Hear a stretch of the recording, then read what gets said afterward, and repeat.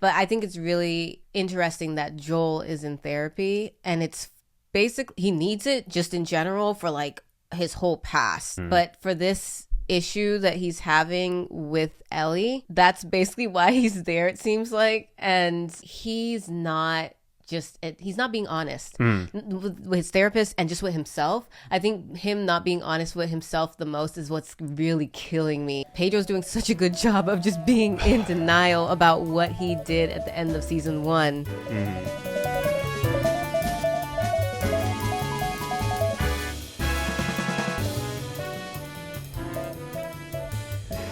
Welcome everyone to another episode of the Most Potato Podcast. Guys, we're finally here. The time has come. Last of Us, it's returned. He's returned. And it's bringing more pain.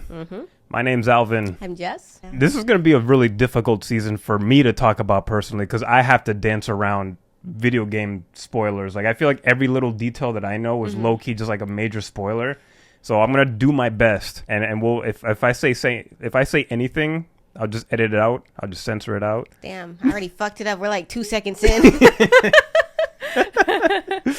For the non-gamers, I don't think you understand what we're getting into right now. For all my gamers out there, we know. I'm a gamer. Cue the veteran meme where like the PTSD is just going on in the background for the soldier. That's basically what we're stepping into as gamers. And this is exciting because we're stepping into this season with new context. Like I saw a bunch of new things added and remixed in this one episode alone. Yeah.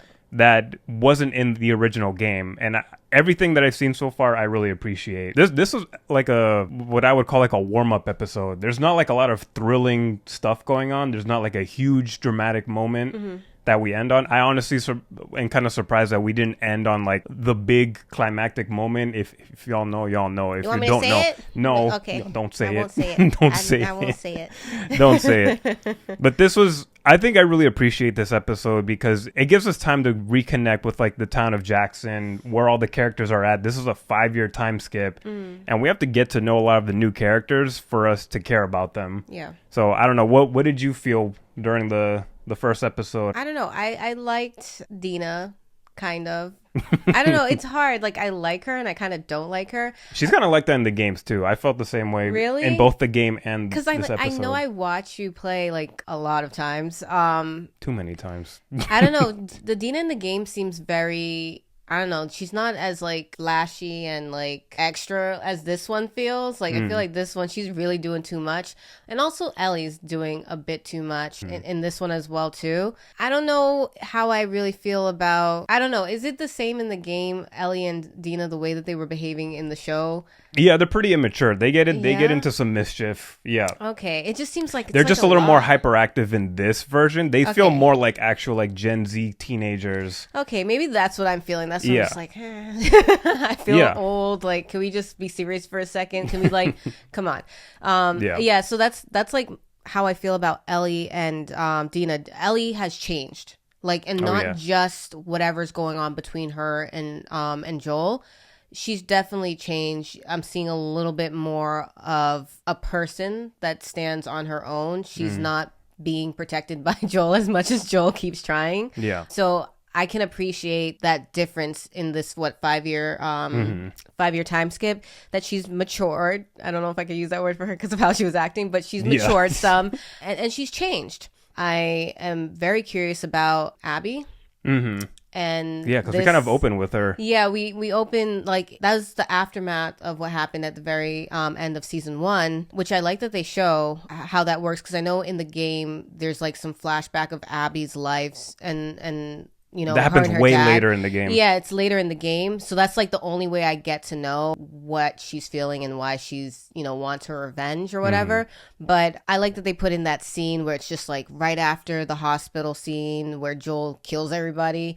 That's a good setup. I think that's a really good setup, because then we get to the end of this episode and it's just like, it's more Abby comes back and we know that she's still on this like revenge. Ugh. Yeah. I really like the setup with Abby too. I kind of wish that they showed her seeing the body of her dad, because that was really effective in the game. Maybe they will later. I think they might they might, I feel like they have to. Because it felt kind of vague the way that they had like her and her friends at the gravesite. You couldn't tell exactly that she lost, unless you see the interviews of the actress talking about how like it's her father that she loses. They don't really specify who she loses in this episode, but maybe I'm spoiling at this point. Maybe the show's trying to withhold that and make that a big reveal.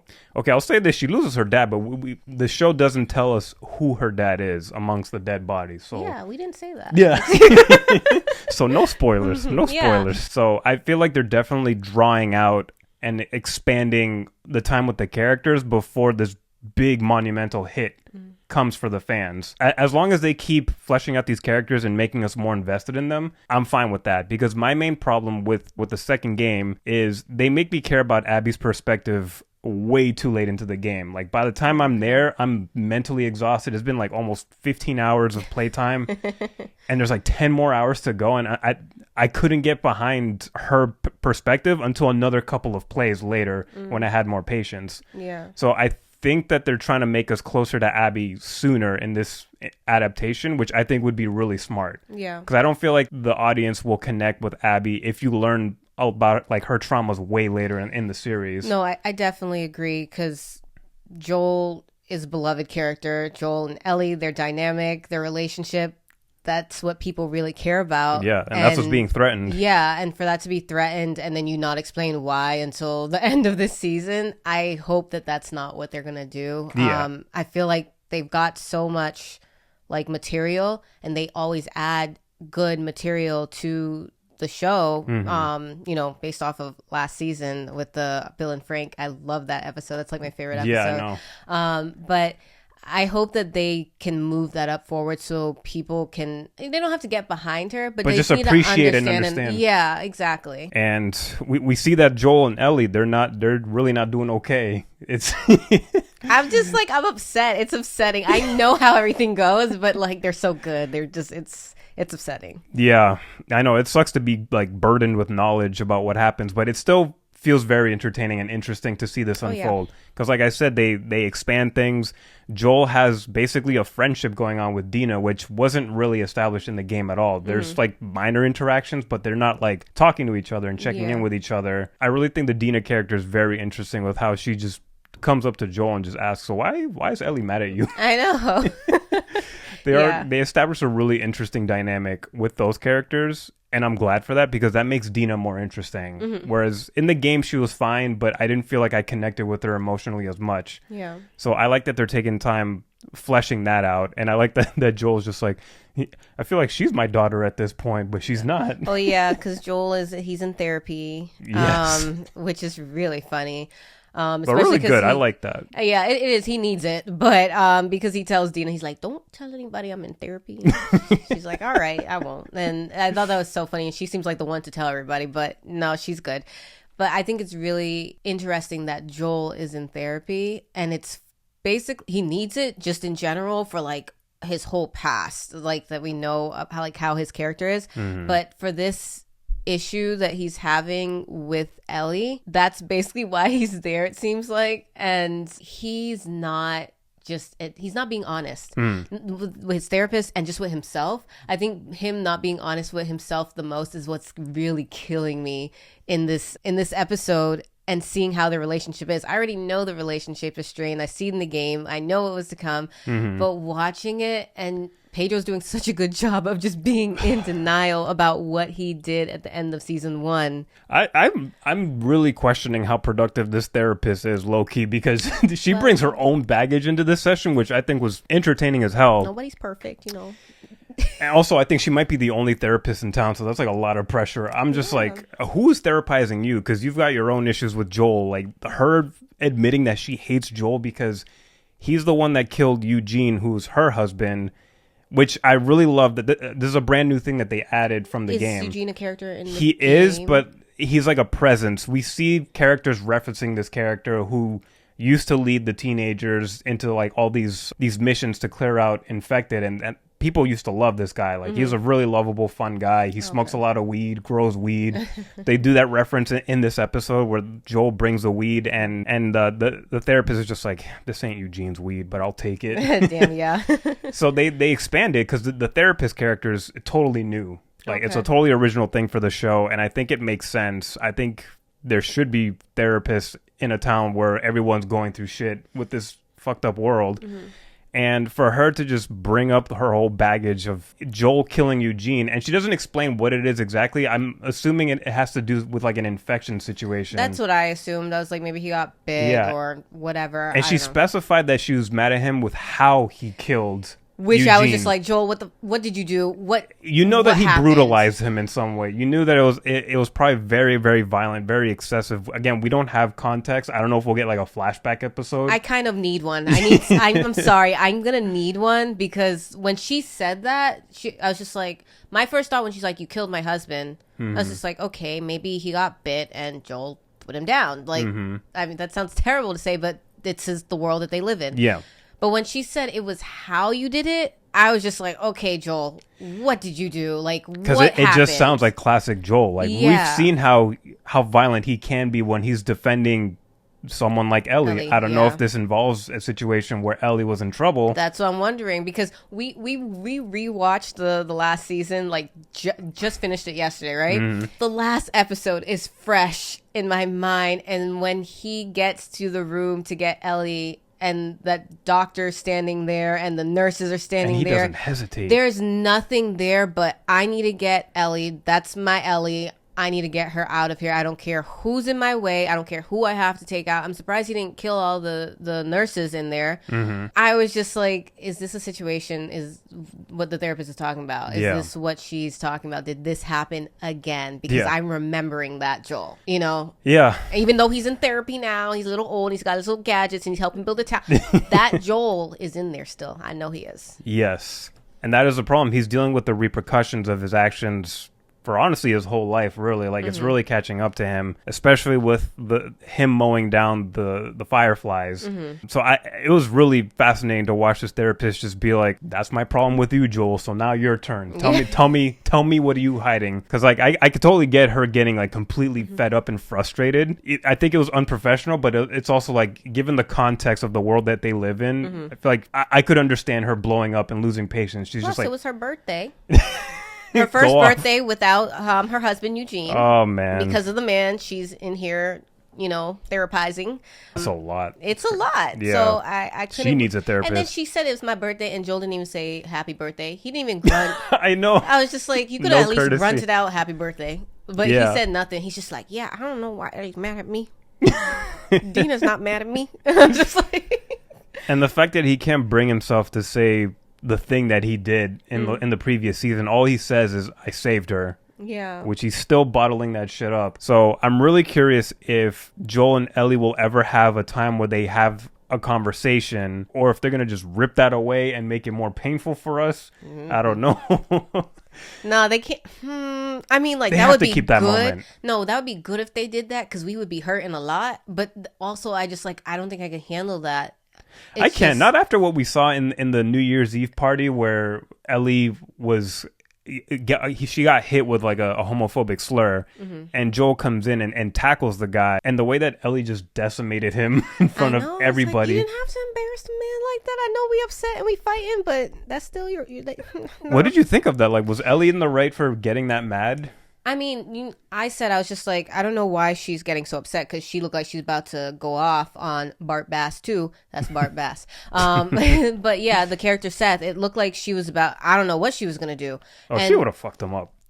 Going back a little bit earlier, her and Tommy, they were like, you know, doing patrol and, you know, picking off a couple of the infected. There was a point where he's just like, you and Joel, less swears in there, you and Joel are basically the same person. That's what he says to Ellie. And in that moment, you know, when Seth said what he said and she was about to go off on him, or I don't know, maybe hit him, Joel just came in. And I was just like, why is she getting so upset when she was about to do the same exact thing? And what did you say? You were just like... She does not want to be looked after by Joel at all, because the entire time she's dealing with feeling like she's being overburdened and overprotected by Joel, whether it's her getting taken off of patrols and putting her on the wall duty, or like all the other things where Joel tries to intervene to make sure that Ellie's safe, like in the New Year's Eve party. He's a helicopter parent. Yeah. She acts a lot like him, but she's mad at him because she just doesn't want anything to do with him, because she's still pissed off because she knows that Joel is lying. She's just Yeah. not confronting him, and he's not willing to have a conversation about that. So like every little thing that he does to protect Ellie just triggers her even more, because it brings her back to that moment of when she got saved against her will, against her choices. Yeah. Because when she finds out the truth, it's really gonna like tear her apart. Like it's all connected. So that's where all that anger is coming from. It's coming from something bigger. It's like a bigger issue than just, oh, I'm 19. Oh, my dad's like overprotective. Because we've all been there. Like I've been there with my parents where I was a teenager and I felt icky about them because I'm just like, I just want to be my own man and go do stuff on my own. And that's like regular teenager stuff, which that's kind of what's happening here, but it's way more than that. Yeah. The context is totally different. So that scene was painful to watch. Like seeing Joel just like kind of humiliated and just not at a loss for words. Yeah. And just looking hurt in the face. Exactly. He's hurt, but I'm just like, I want to say like you deserve it, or you brought this upon yourself. I would say he brought it upon himself. He doesn't deserve it. He doesn't deserve it. He brought it upon himself. And I want them to have the conversation. They better not rip out the conversation. They need to have a conversation. They need to have something, because I'm just thinking about, I know it's just a character. I know it's just a show, a game. That's what we love about this. Ellie, I don't want her to have so much regret, because I feel like that would be crushing. Could you just imagine? Yeah. Joel can't admit to himself. Ellie can't just confront that she's mad. They can't do that. There's no conversation, so this is what we have instead. And the world that they live in, at any moment, either of them can be gone. And that's what you don't want, this regret. That's why I'm like, I'm mad at both of them, but I'm hurting for both of them. Yeah, you know? Because they're the selling point of the story. Their relationship is what made Last of Us so huge. It's not the zombies. It's not the warring factions between groups of people. It's Joel and Ellie. They are the selling point of the story. So it makes sense that we're feeling this painful rift, because we fell in love with these two characters falling in love with each other in the first story. So yeah, if they don't get some sort of reconciliation before Abby comes, because she seems very serious. She seems dead set on killing Joel. Yeah. Like they better make up before all that mess starts happening. So I'm really curious how that's going to play out in this story, because they've already started making changes that make total sense, and it makes it better for the viewing experience, in my opinion. Speaking of like how dangerous the world is, for some reason Ellie and Dina just think it's fun to go pick off clickers in a dark like corner market.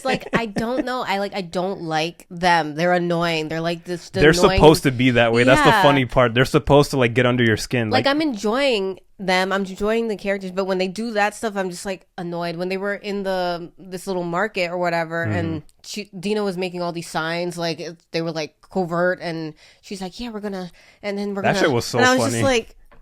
They were treating it like a hangout, like they were just hanging out at the mall or something. Like, or like they were playing video games. I feel like this is what if they knew like playing video games, this is what it would be, like some Call of Duty type shit. It's like, insane. That's what it felt like, and it was just a joke. But that scene was really good once they got past killing the infected that they thought were in there, or that they knew were in there. When Ellie falls through the floor into the bottom part of the store, and then Dina's like, "Stay there, don't move. I'm gonna find another way to get you." And what's the first thing Ellie does? She don't stay put. The first thing she does is she just walks around. And what's the name of the So this infected is a stalker. A stalker. Yes. And those are in the game. That's not new. Okay. Yeah, that one was really creepy. Right? It showed intelligence. It did. It showed wariness, which is really, really creepy. Yeah, because you were just like, oh, they're not fully blind, like they're kind of going blind. So I just expected it to see her and be like, I'm gonna get you, girl. and it didn't do that. Which was really, it was like it was hunting her. Yeah, it was luring her in. Yeah, and I was just like, Ellie's gonna be fine. But I always go back to season 1 where what's the woman's name? I think it was Marlene or was it Tess? How she's infected or she's immune, but she could still get ripped apart. Was it Tess or Marlene that said that? One of them said that.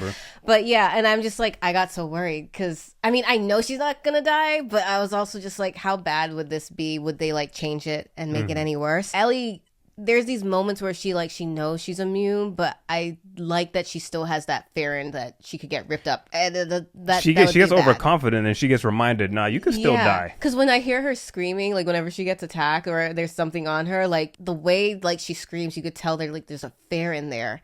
And even when she fell through the floor, I panicked because I was just like, she could have gotten impaled. There were all these like long Metal pieces, and I was just like, you could have gotten impaled. You guys stop being stupid. Yeah, like you're not invincible. Like it's so annoying. But yeah, that was a really scary moment in the shop there where that weird stalker was just like hunting her.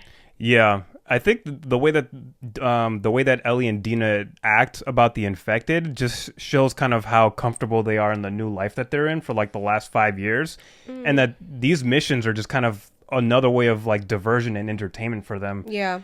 This is the first time that Ellie's living a life where she doesn't have to fight every single day to like find her next meal, find the next piece of shelter. That's true. So I feel like they take this as a way of like letting out their frustrations, having fun.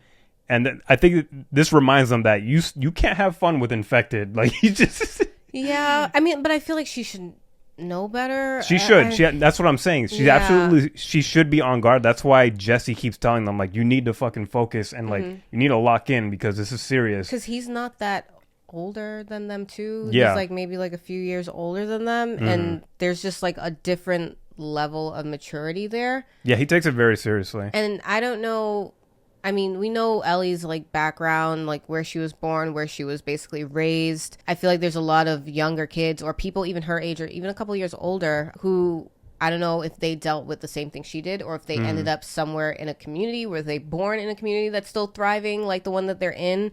Do they know about the infected, but have they had to, trek across the freaking country to find a safe space? Probably not. Yeah. But it's just, sometimes it's just annoying that she doesn't take it serious, knowing that what's out there. I mean, all the stuff that she's been through in season 1, not just with infected, but with other people. It's just, I don't see why they're just so hard-headed about it, I can kind of see it. It's their personalities, and it's a combination of them being too lax and too comfortable with the routine. They took it as a routine. They tried to make it fun, and then they fucked around and they found out. I mean, they're gonna have to take it more seriously because they're gonna have to deal with people. Like they're gonna have to deal with Abby, and that's gonna be way more serious than just a couple of infecteds in a little corner market. And they're gonna have to deal with more infected because we saw the community is bringing in more people.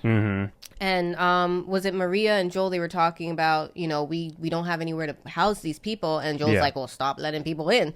And I get what he's saying, but I'm also just like, I don't know, like we're trying to rebuild. I feel like the more, I don't know if it makes sense, like the more the place gets populated, the more they can expand. That's going to be better for the humans that are still here. Maybe, I don't know. Yeah. They were trying to start fixing up a old house, and they were working on like one of the I don't know if it's like a water pipe or whatever. Yeah, that's what it looked like, a sewage pipe.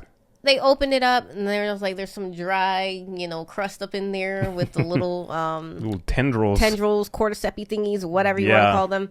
And I was like, okay, we're good. But something in me was just like, there's a live one in there. There's something we live saw in it. there. There was movement. At the end, there was movement. So we saw a little clip of the previews. I was like, are those infected? You're just like, those are infected, like a horde. Like, it's like what we should have seen in the end of Game of Thrones. Where we could see everything. This is what I envisioned it looking like. The horde of, walkers or whatever. I hope HBO's making it up to us, I guess. Right? So that was, I was like, oh my gosh, because that's not in the game. Like, this town does not get overrun by infected in the game. Yeah. So this is going to be really, we saw the preview with Tommy and everybody, the chaos. With that bloater? Yeah. Oh, I'm scared. Not ready. Yeah, so they're setting up some dangers. I really like how they trailed off the episode with like the tendrils. Someone's going to step on that shit. There's going to be an alert. And then you see Abby and her team has made it to this town. So it's been 5 years of her looking for this man. She found him. I don't know. I kind of wish they dropped 2 episodes at once, because as soon as the episode ended, I was like, I knew it was gonna end there, but it didn't feel like a full hour. Yeah, I know. It felt like it was still starting. You were like, oh, this is an hour and 10 minutes, and then we were done. I was like, that was not an hour and 10 minutes. That was with all the previews, all the trailers, all the recaps. Oh my gosh, no! I think this was a really good first episode. I don't have any complaints about it or anything. I want more. Yeah, I'm stressed. I'm sad. I'm on edge. I know. And that's this is only the beginning. Yeah. Yeah. I'm really curious to see how the rest of the season plays out and how far we get into this journey. In the little bit of previews that we did get, I'm seeing there's like a lot of Oh my characters God. from New groups of people, different locations. So we're gonna get some of that here, and I know they're definitely gonna need another season to complete that, because I was surprised to see what I saw in those like short clips. Yeah, definitely.